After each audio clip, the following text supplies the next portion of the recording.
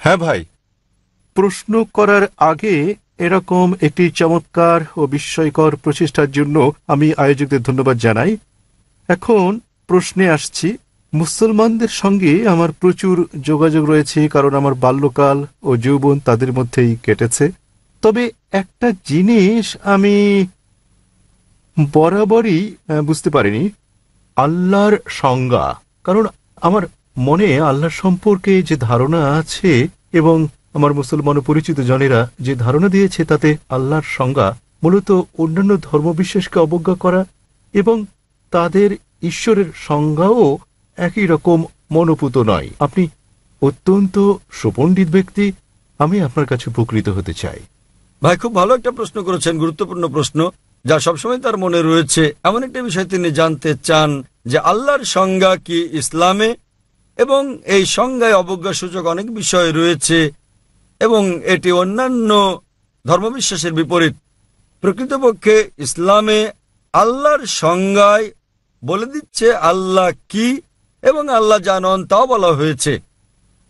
এছাড়া ঈশ্বরকে জানতে গেলে ঈশ্বর কি নন তা জানাও গুরুত্বপূর্ণ, যাতে করে যদি কেউ মিথ্যে দাবি করে যে অমুক অমুক ঈশ্বর, তখন আপনি যাতে সহজে বুঝতে পারেন যে এটা মিথ্যে দাবি। এ পর্যন্ত যত জবাব পাওয়া গেছে আল্লাহর সংজ্ঞা নিয়ে, তার মধ্যে সর্বোত্তম হচ্ছে, যা কোনো মুসলমান আপনাকে দিতে পারেন, তা হচ্ছে কোরআন থেকে সূরা ইখলাস অধ্যায় নম্বর 112 আয়াত নম্বর 1 থেকে 4। এখানে বলা হয়েছে, কুল হুয়াল্লাহু আহাদ, বলো তিনি আল্লাহ এক এবং অদ্বিতীয়।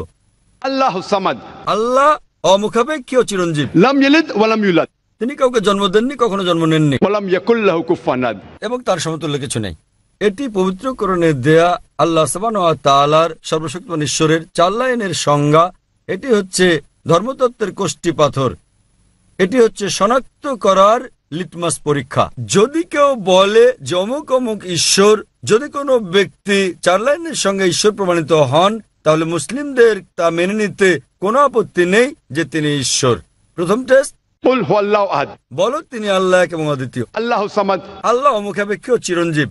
লাম ইয়ালিদ ওয়া লাম ইউলাদ, তিনি কাউকে জন্ম দেননি, কখনো জন্ম নেননি। ওয়া লাম ইয়াকুল লাহু কুফুয়ান আহাদ, এবং তার সমতুল্য কেউ নেই।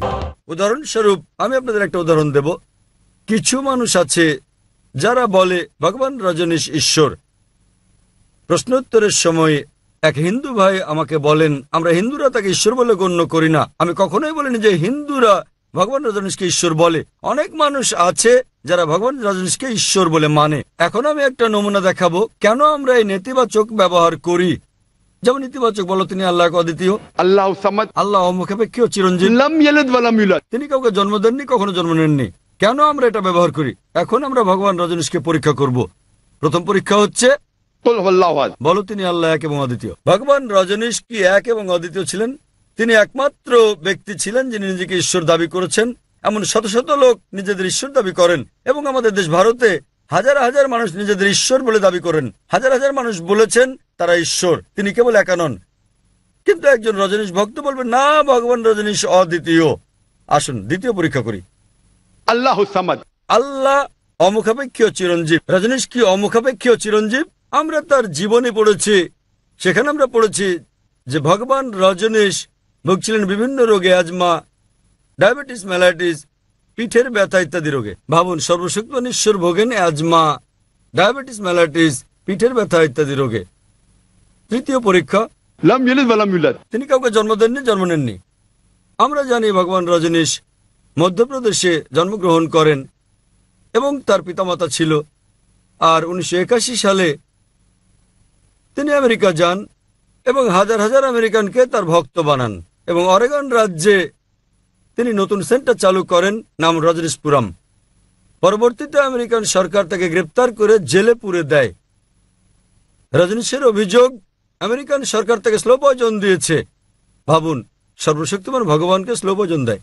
এবং 1985 সালে আমেরিকান সরকার তাকে দেশ থেকে বের করে দিলে তিনি আবার ভারতে ফিরে আসেন এবং পুনা শহরে ফিরে যান, আর সেখানে পুনরায় তার সেন্টার চালু করেন, যাকে আজকে বলা হয় ওশো কমিউন। এবং আজ যদি আপনি ওশো কমিউনে যান, সেখানে তার সমাধিতে মৃত্যুর পরে যেখানে তার দেহভস্য রাখা হয়েছে, সেখানে পাথরের গায়ে খোদাই করে লেখা রয়েছে ওশো। ভগবান রজনীশ ওশো কখনো জন্মাননি, কখনো মরেননি। তবে 1931 সালের 11 ডিসেম্বর থেকে 1990 সালের 19 জানুয়ারি পর্যন্ত পৃথিবী ভ্রমণ করেন। কখনো জন্মাননি, কখনো মরেননি, তবে পৃথিবী ভ্রমণ করেছেন 1931 সালের 11 ডিসেম্বর থেকে 1990 সালের 19 জানুয়ারি পর্যন্ত।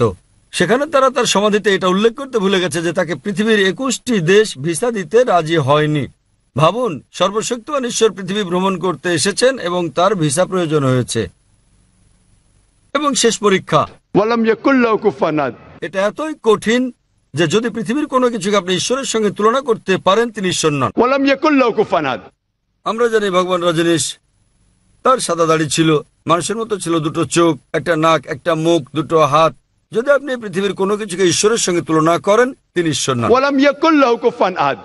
উদাহরণস্বরূপ যদি কেউ বলে থাকেন যে সর্বশক্তিমান ঈশ্বর হচ্ছেন আর্নল্ড শোয়ার্জনেগারের চেয়ে 1000 গুণ শক্তিশালী, আপনি হয়তো শোয়ার্জনেগারের নাম শুনেছেন। এই ব্যক্তি উপাধি পেয়েছিলেন মিস্টার ওয়ার্ল্ড, পৃথিবীর সবচেয়ে শক্তিশালী মানুষ, মিস্টার ইউনিভার্স, মহাবিশ্বের সবচেয়ে শক্তিশালী মানুষ। যখন আপনি পৃথিবীর কোনো কিছুকে ঈশ্বরের সঙ্গে তুলনা করবেন, তাতে হন তিনি আর্নল্ড শোয়ার্জনেগার, দারা সিং বা কিংকং, হন তিনি 1000 গুণ বা লক্ষ গুণ শক্তিশালী। যখনই আপনি পৃথিবীর কোনো কিছুকে ঈশ্বরের সঙ্গে তুলনা করবেন, তিনি ঈশ্বর নন। ওয়ালাম ইয়াকুল লাহু কুফুয়ান আহাদ।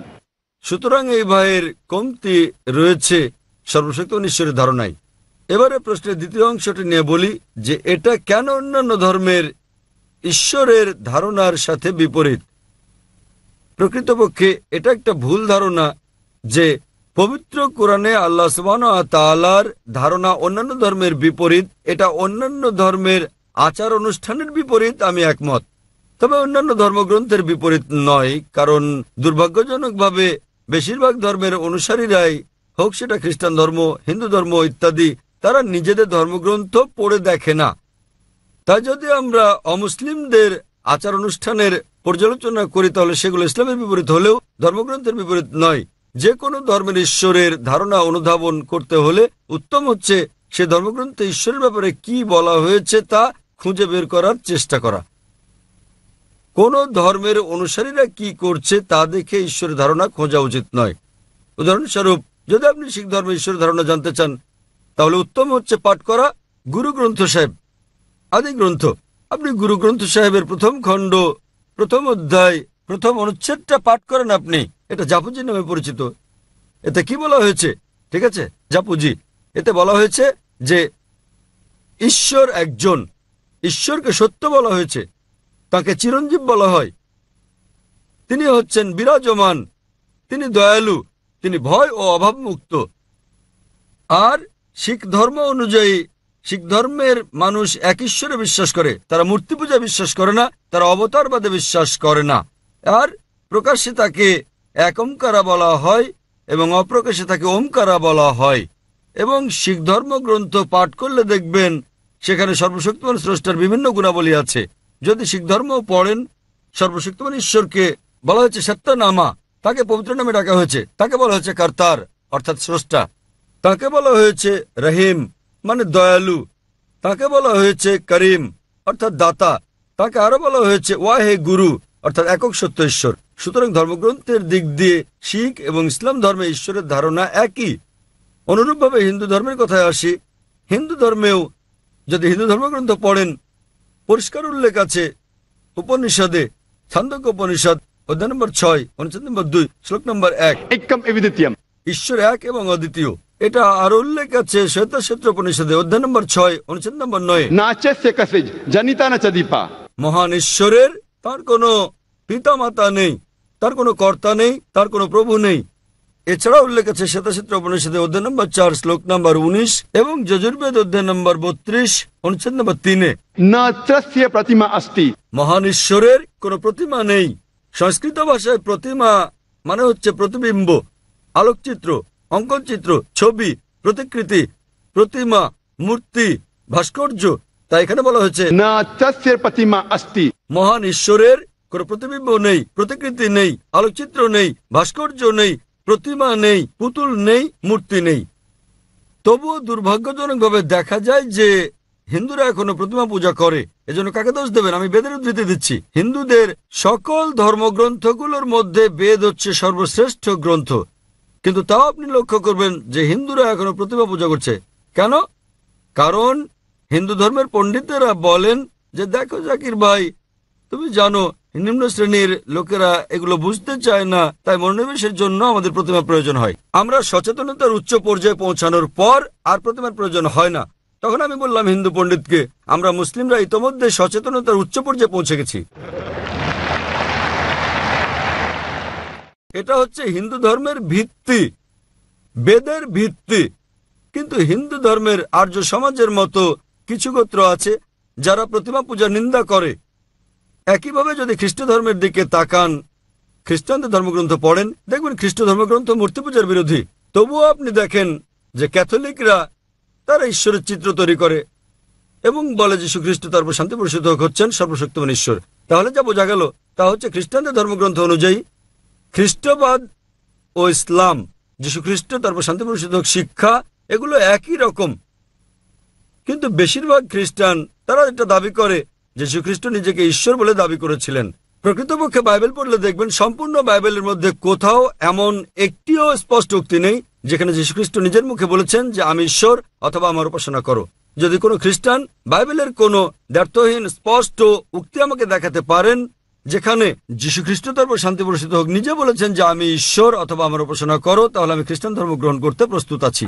প্রকৃতপক্ষে আপনি বাইবেল পড়লে দেখবেন স্পষ্টভাবে উল্লেখ করা হয়েছে গসপেল অফ জন অধ্যায় নম্বর 14 অনুচ্ছেদ নম্বর 28, যীশু খ্রিস্ট সাল্লাল্লাহু বলেন আমার পিতা আমার চেয়ে মহান। গসপেল অফ জন অধ্যায় নম্বর 10 অনুচ্ছেদ নম্বর 29, আমার পিতা সবার চেয়ে মহান। গসপেল অফ ম্যাথিউ অধ্যায় নম্বর 12 অনুচ্ছেদ নম্বর 28, ঈশ্বরের আত্মার সাহায্যে আমি শয়তানদের বিতাড়িত করি। গসপেল অফ লুক অধ্যায় 11 অনুচ্ছেদ 20, আমি ঈশ্বরের আঙ্গুলের সাহায্যে শয়তানকে তাড়িয়ে দিই। গসপেল অফ জন অধ্যায় নম্বর 5 অনুচ্ছেদ 30, আমি নিজে থেকে কিছুই করতে পারি না, আমি যেমন শুনি তেমন বিচার করি এবং আমার বিচার ন্যায্য। আমি আমার ইচ্ছা পূরণ করি না, আমার পিতার ইচ্ছা আমি পূরণ করি। যে ব্যক্তি নিজের ইচ্ছা পূরণ করে না ঈশ্বরের ইচ্ছা পূরণ করে সে একজন মুসলিম। তাই যীশু খ্রিস্ট সাল্লাল্লাহু ছিলেন একজন মুসলিম। তিনি কখনোই নিজেকে ঈশ্বর দাবি করেননি এবং তা স্পষ্টভাবে উল্লেখ আছে বুক অফ অ্যাক্টস অধ্যায় নম্বর 2 অনুচ্ছেদ নম্বর 22, হে ইসরায়েলগণ তোমরা শোনো, নাজারেথের যিশু এক ব্যক্তি যাকে ঈশ্বর তোমাদের মধ্য থেকে মনোনীত করেছেন। ঈশ্বর তাকে দিয়ে অনেক অলৌকিক কাজ করিয়েছেন এবং তোমরা তার সাক্ষী। তোমাদের মধ্যে হতে ঈশ্বর মনোনীত এক ব্যক্তি, ঈশ্বর তাকে দিয়ে অনেক অলৌকিক কাজ করিয়েছেন এবং তোমরা তার সাক্ষী। তাই যদি আপনি বাইবেল পড়েন দেখবেন ইহুদি এবং খ্রিস্টান ধর্মে তারা এক ঈশ্বরে বিশ্বাস করে যার কোনো প্রতিমূর্তি নেই। এটা পরিষ্কারভাবে উল্লেখ আছে বুক অব ডিউটেরোনমিতে অধ্যায় নম্বর 5 অনুচ্ছেদ নম্বর 7 থেকে 9। এখানে বলা হয়েছে যে আমি ছাড়া তোমাদের আর কোনো ঈশ্বর নেই।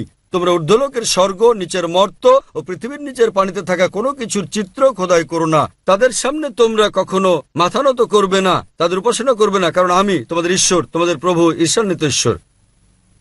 আরো জানতে আপনি আমার ছেলের বক্তৃতা শুনতে পারেন। আগামীকাল আমার ছেলে 3:45 বিস্তারিত বক্তব্য রাখবে, বিষয় একই। আমার এই আলোচনায় বিশ্বের প্রধান প্রধান ধর্মে ঈশ্বরের ধারণা, এবং আপনি বুঝতে পারবেন এটা একই রকম। আমরা যেমন এক ঈশ্বরে বিশ্বাস করি যার কোনো চিত্র নেই এবং আমরা কেবল তারই উপাসনা করি, অন্য কারো নয়। আশা করি উত্তরটা পেয়েছেন। আপনাকে অনেক ধন্যবাদ।